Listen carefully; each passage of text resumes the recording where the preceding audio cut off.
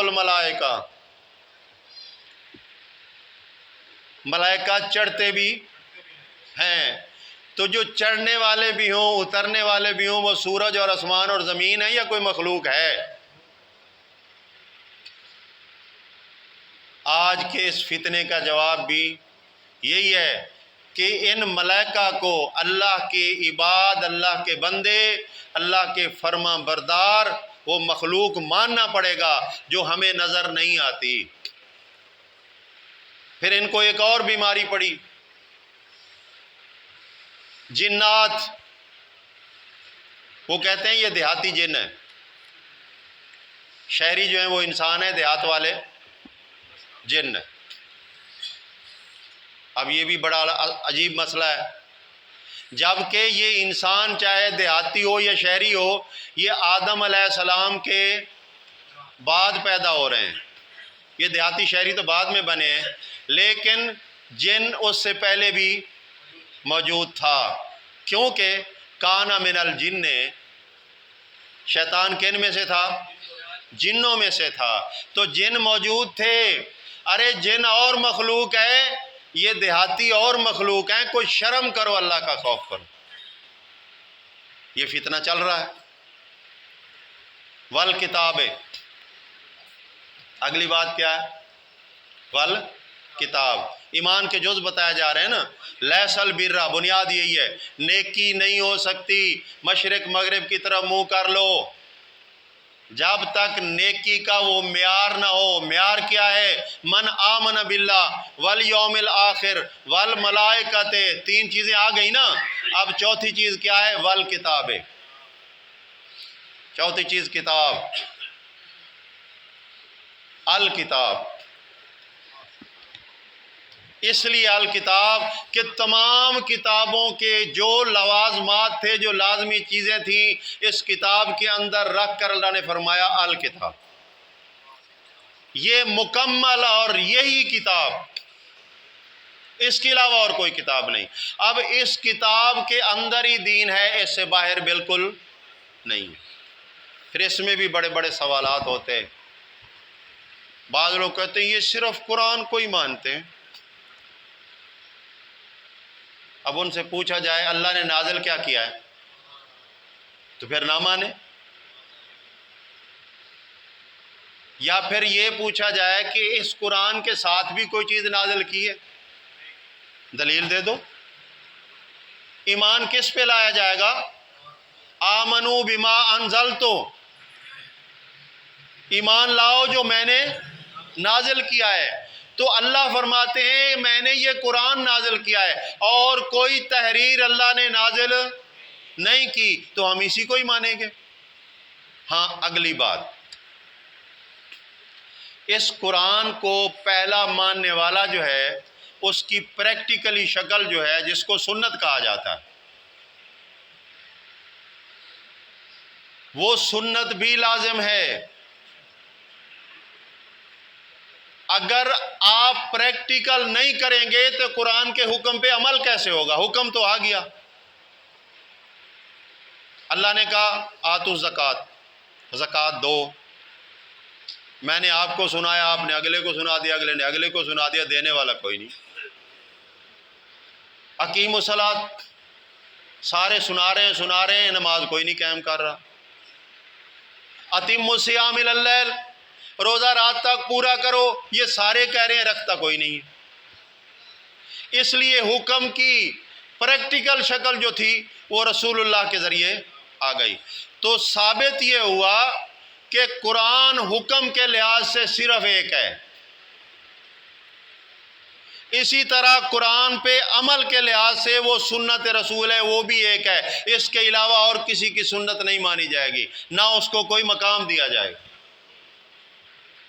اللہ فرماتے ہیں آتی اللہ و آتی الرسول ولا تبطلوا اعمالکم، آگے شرط رکھی ہے اگر ان دو سے ہٹو گے تو تمہارے اعمال باطل ہو جائیں گے، برباد ہو جائیں گے، ضائع ہو جائیں گے۔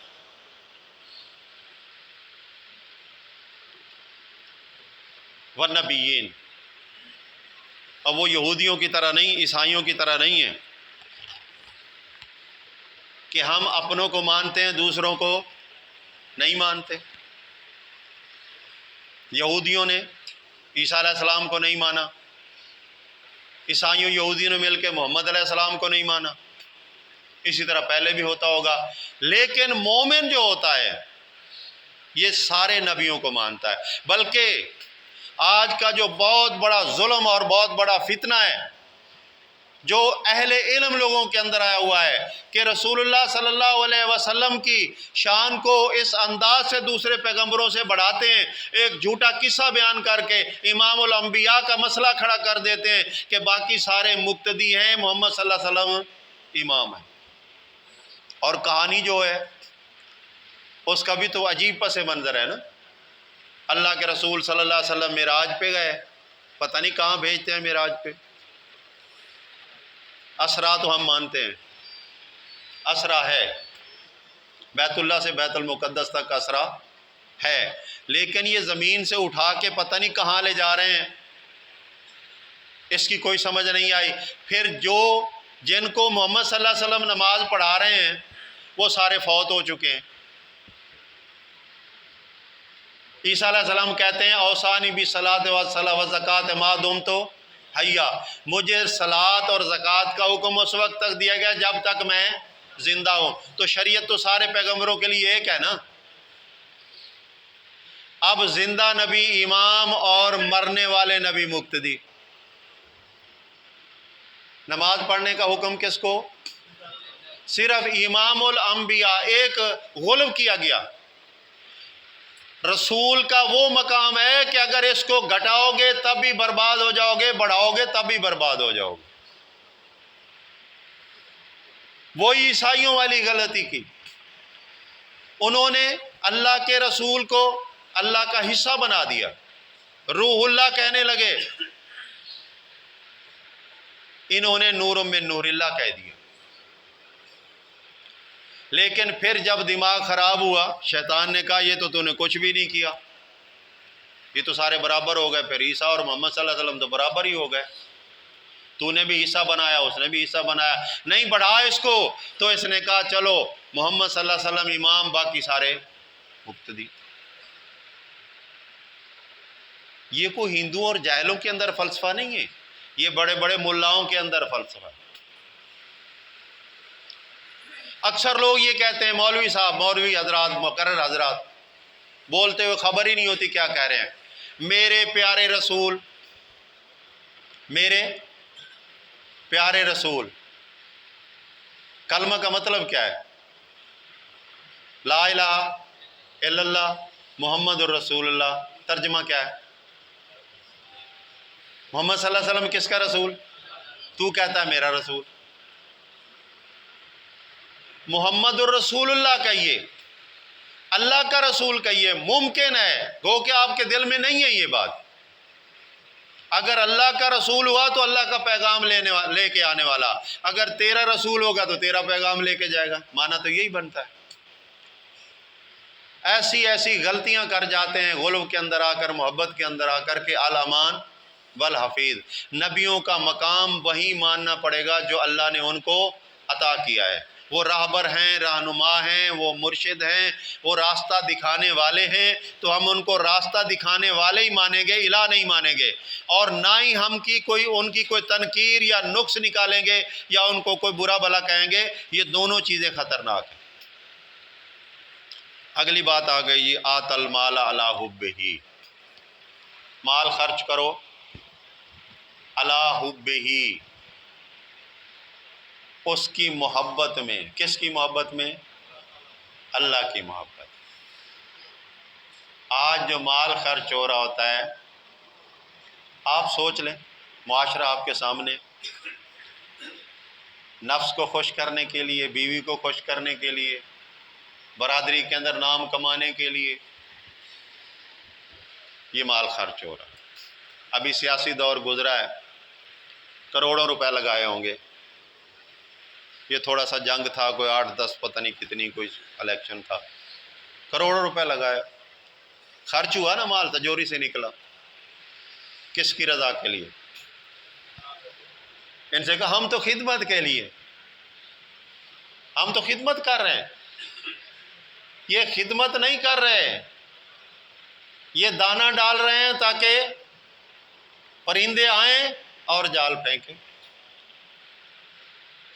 پھر ان میں بھی ایک کیٹیگری ہوتی ہے، پھر میرے ورگے ان کے شکار بنتے ہیں، پھر 3 قسم کے بنا لیتے ہیں، 3 قسم۔ وہ شکاری رات کو جب بٹیرے پکڑنے کے لیے جال لگاتا ہے نا، تو سب سے پہلے تو وہ ایک لاوا لگاتا ہے، لاوا، اس سے وہ ٹک ٹک ٹک بٹیرے جیسی آواز نکلتی ہے۔ اب بولے بالے دیہاتی بٹیرے کہتے ہیں ہمارے بھائی کو کوئی مسئلہ بن گیا، چلو بھائی کا مسئلہ سنتے ہیں۔ وہ بھاگے بھاگے آتے ہیں، ان کو نہیں پتا ہوتا کہ جال ہے، وہ جال میں پھنس جاتے ہیں۔ پہلے انہوں نے ٹک ٹک کی، پھر اقتدار میں آئے، جال پھینک لیا، ہم جال کے اندر پھنس گئے۔ میں اس کا نقشہ کھینچ رہا ہوں، شکاری کو بطور تمثیل پیش کیا۔ اب وہ کیا کرتے ہیں، ان کی 3 قسمیں بنا لیتے ہیں۔ جب وہ پکڑتے ہیں نا، ان کو دیکھتے ہیں، چونچ چیک کرتے ہیں، یہ لڑنے والا ہے، اس کو علیحدہ ٹوکری، یہ بولنے والا، یہ اس کو علیحدہ ٹوکری میں، اور یہ نہ لڑتا ہے نہ بولتا ہے، وہ کہتے ہیں اس کو چھری پھیرو، پھر صبح ذبح کریں گے اس کو۔ یہی ہماری قوم کا حال ہے۔ لڑنے والے جو ان کے لیے لڑیں وہ کھا پی رہے ہیں، جو ان کے لیے نعرے لگائیں بولیں وہ بھی ٹھیک ہیں، اور جو ان کے لیے کچھ نہ کریں وہ ذبح ہو جاتے ہیں۔ یہ ہے تماشا۔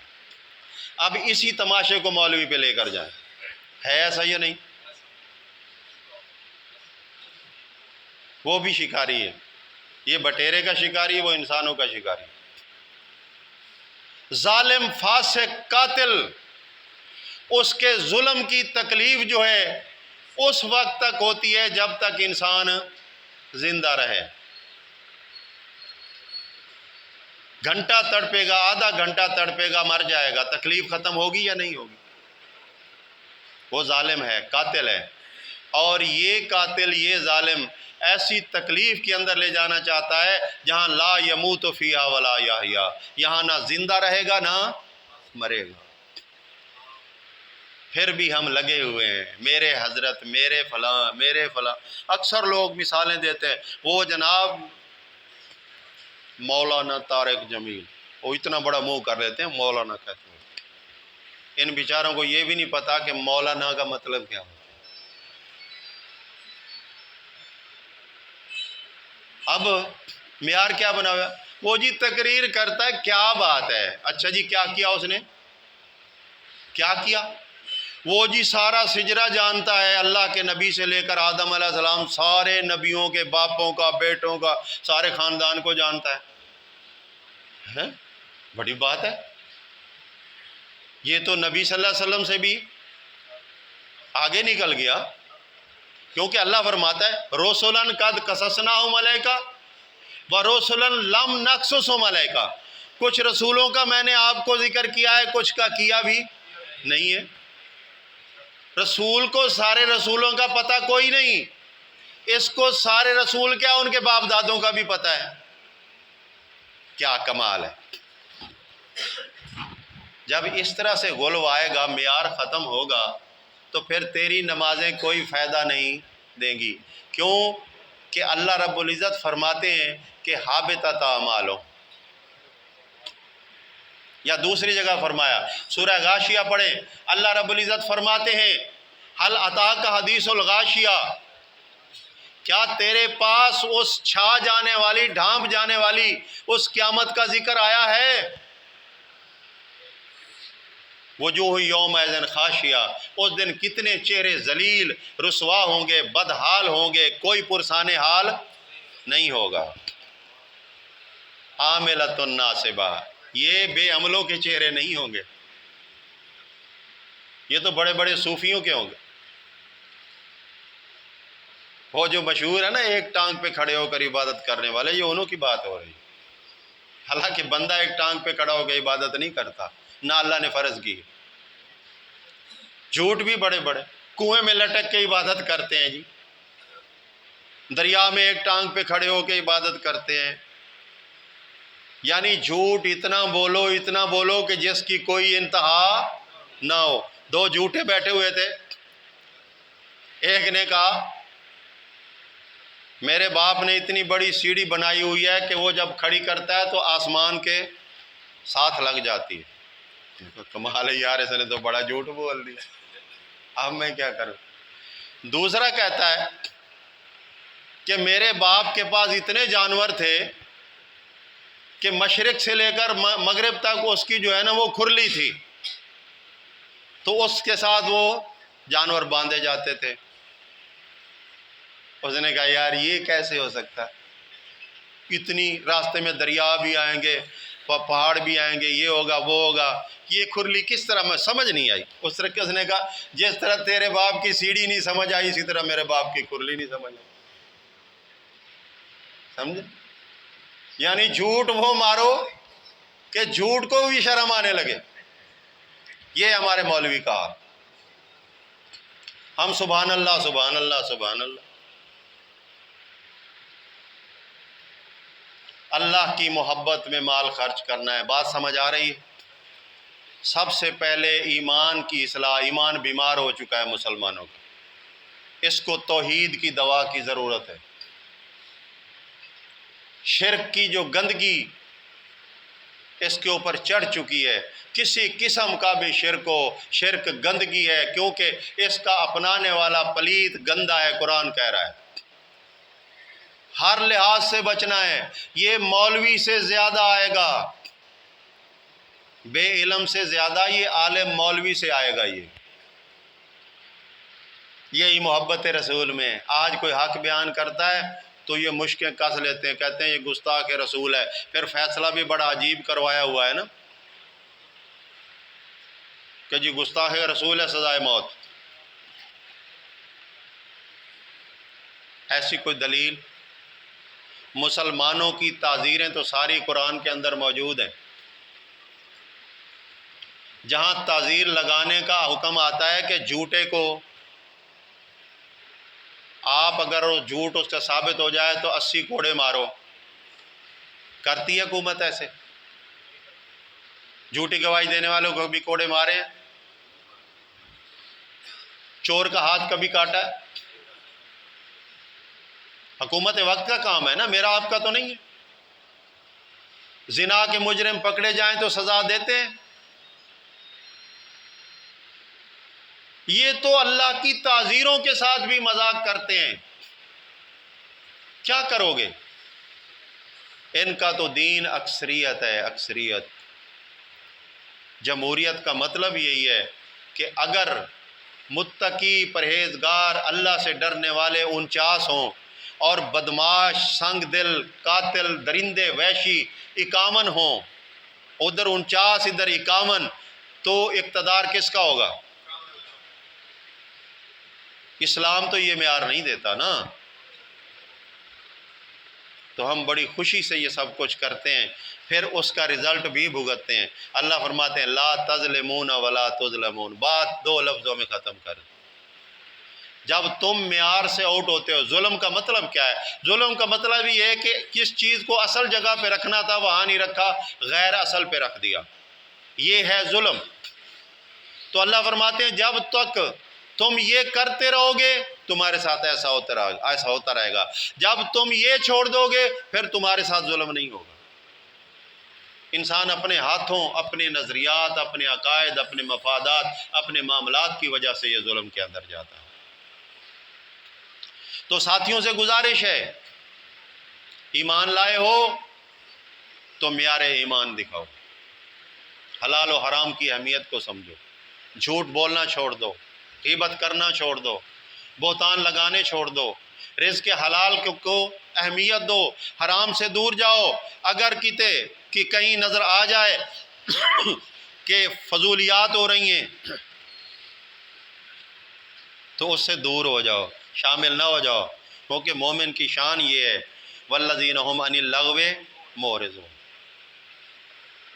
یہ جتنے دنیاوی تماشے اور کھیل اور توم تڑکے چل رہے ہیں یہ صرف شیطانی جال ہیں، آپ کا وقت ضائع کرنے کے لیے۔ کیونکہ مومن جب فارغ ہوتا ہے، اگر حلال رزق کما رہا ہے تو ٹھیک ہے، اگر فارغ ہے تو اس کا دل اللہ کا ذکر کر رہا ہے۔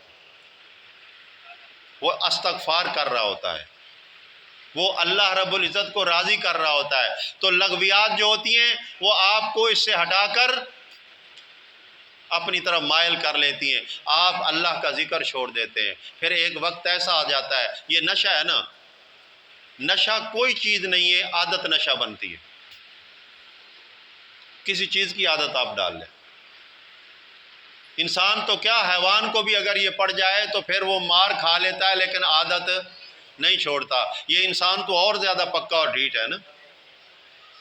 تو ایک تو نشے عمومی طور پہ آتے ہیں، ایک نشہ یہ بھی ہے کہ دنیا داری کا نشہ، پیسہ بھی لگا لیتے ہیں لیکن واہ واہ ضرور کرنی، شامل ضرور ہونا ہے، اس کے اندر ضرور جانا ہے چاہے کچھ بھی ہو جائے۔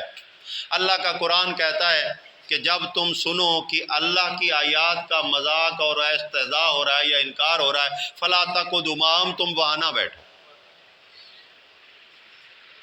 اگر تم وہاں بیٹھو گے انکم اذا مثلہم، تم بھی انہی جیسے ہو جاؤ گے۔ تو ایمان رکھنے کے بعد اگر ہم تقوی نہ اختیار کریں، فضول مجلسوں کے اندر نہ جائیں، تو صرف یہ نہیں ہے کہ ہمارا تقوی خراب ہوگا، بلکہ ہم تبلیغ بھی نہیں کر پائیں گے۔ جن کو کہیں گے کہ یہ نہ کرو، وہی کہیں گے کل تم کر رہے تھے، تم کر رہے تھے، اس وقت شریعت نہیں تھی، آج شریعت آ گئی ہے۔ او یار جھوٹ نہ بولا کرو، تو نے فلانی جگہ جھوٹ بولا، میں بھی وہاں موجود تھا۔ پھر ایک اصطلاح ہوتی ہے کہ چھوٹا جھوٹ بول لو، بڑا نہ بول۔ لعنت اللہ علی الکاذبین، اللہ فرماتے ہیں جھوٹوں کے اوپر اللہ کی لعنت ہے۔ تو جھوٹ جھوٹ ہوتا ہے، جیسے شرک چھوٹا بھی اور بڑا بھی، زنا چھوٹا بھی اور بڑا بھی، اور اسی طرح جھوٹ چھوٹا بھی اور بڑا بھی۔ تو اس سے بچنا ضروری۔ تو اللہ کے راستے میں اس کی رضا کے لیے مال خرچ کرو۔ آت المال علی حبہ ذوی القربى والیتامى والمساکین وابن السبیل والسائلین وفی الرقاب۔ یہ 4-5 مصارف ہیں جو بالکل حلال ہیں، اس کے اندر ڈائریکٹ انسانیت کو فائدہ ہے۔ ذوی القربى رشتہ دار، اور رشتہ سب سے بڑا ایمان کا۔ میں پھر اسی بات کو دہراتا ہوں کہ جو مومنین سے زکوٰۃ لی جاتی ہے وہ مومنین کو ہی دی جاتی ہے جو غریب ہوتے ہیں۔ تو آپ کے ایمانی رشتہ دار اگر آپ محروم کریں ان کو اور اپنے اس مال میں سے اللہ کا حصہ نہیں نکالتے، تو آپ کس بات کے رشتہ دار ہیں؟ آپ کا دعویٰ جھوٹا ہے۔ پھر اس کے بعد فرمایا کہ اللہ رب العزت فرماتے ہیں والیتامہ، یتیموں کے ساتھ انصاف کرو۔ لیکن آج کل جو یتیموں کے ساتھ ہو رہا ہے ہمارے سامنے،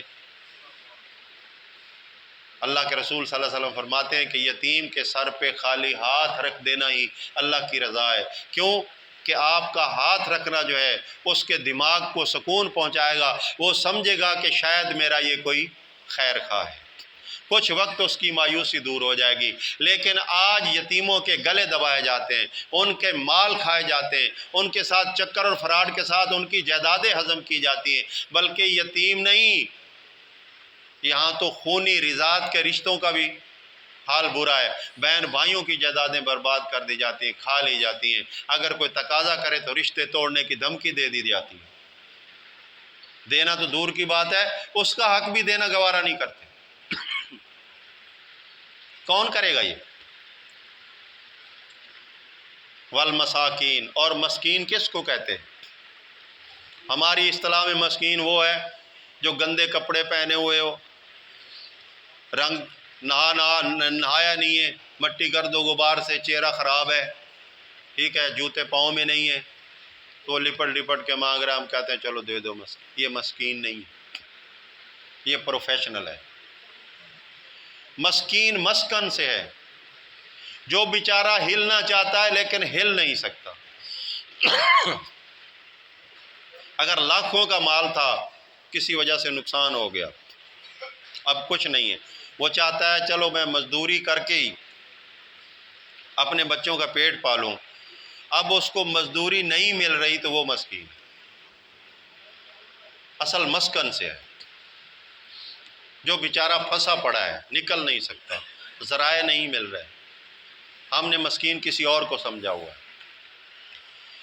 وابن سبیل، اور اللہ کے راستے میں جو نکلتے ہیں، آپ کی یہ تنظیم کے لوگ دعوت اللہ کے لیے جاتے ہیں،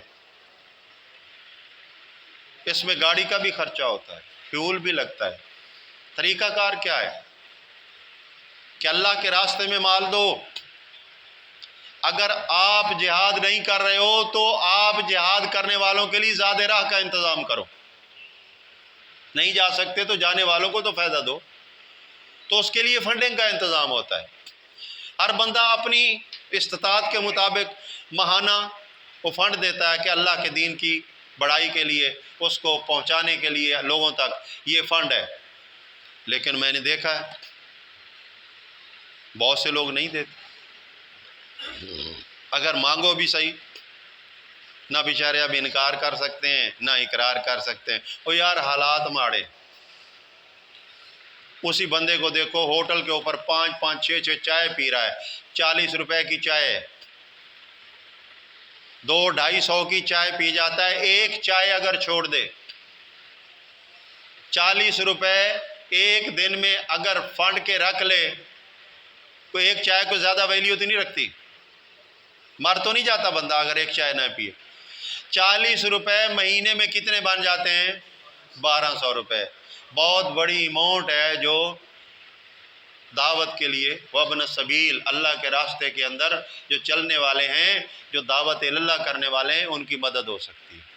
لیکن کرے کون؟ یہی ہے نا، چائے تو میرے پیٹ میں جائے گی، پیسے تو ادھر چلے جائیں گے، یہی سوچ ہے نا۔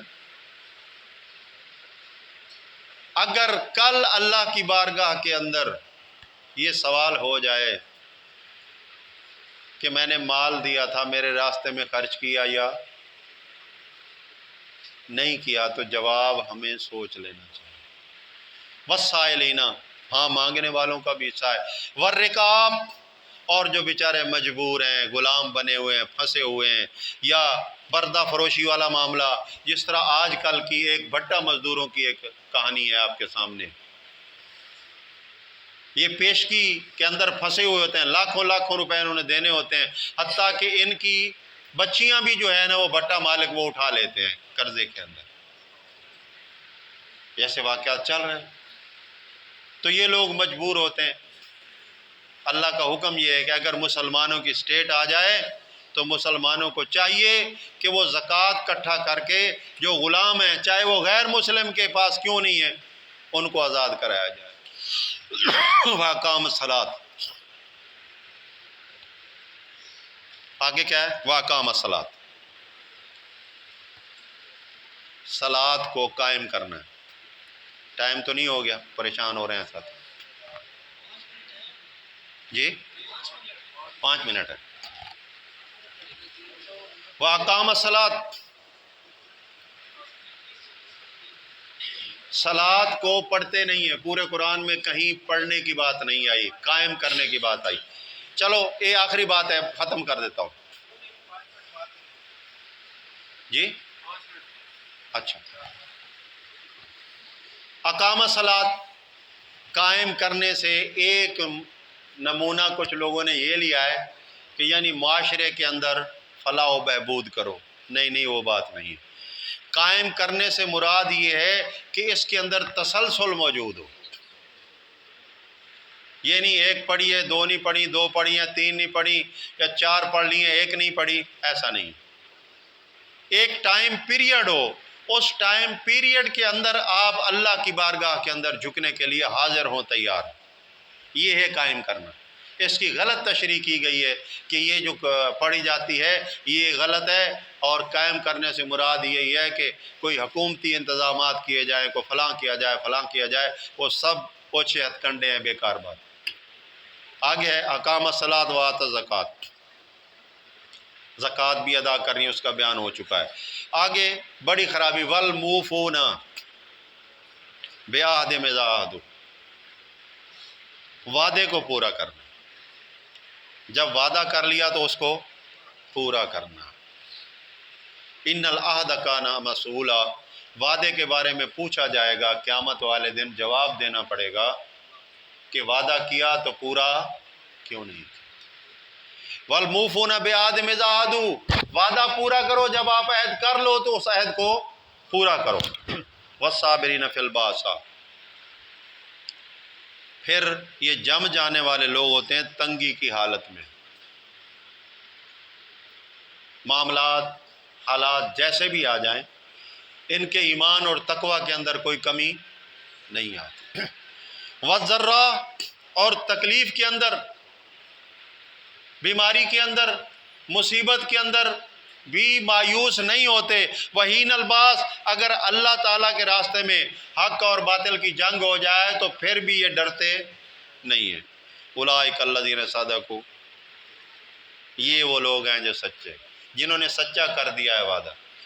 وَأُولَئِكَ هُمُ الْمُتَّقُونَ، اور یہ وہ لوگ ہیں جو تقوی والے، پرہیزگار ہیں، اللہ سے ڈرنے والے ہیں۔ تو ساتھیوں سے گزارش کروں گا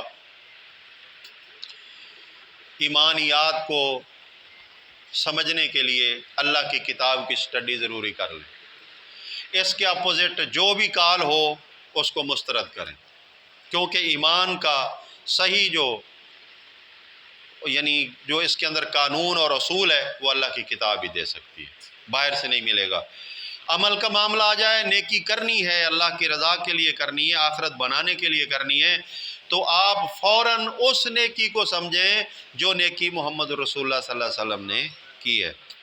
جو بعد والی نیکیاں ہیں مختلف ہیں، یہ میلاد ہو گیا، یہ شب برات ہو گئی، یہ عاشورہ محرم ہو گیا، یہ سال ثواب کی مجلسیں ہو گئیں، یہ فلاں ہو گیا، یہ فلاں ہو گیا، اس میں کوئی سنت نہیں ہے، یہ بدعت ہے، اور جو بدعت کرے گا وہ گمراہ ہوگا، اور جو گمراہی میں جائے گا وہ جہنم میں جائے گا۔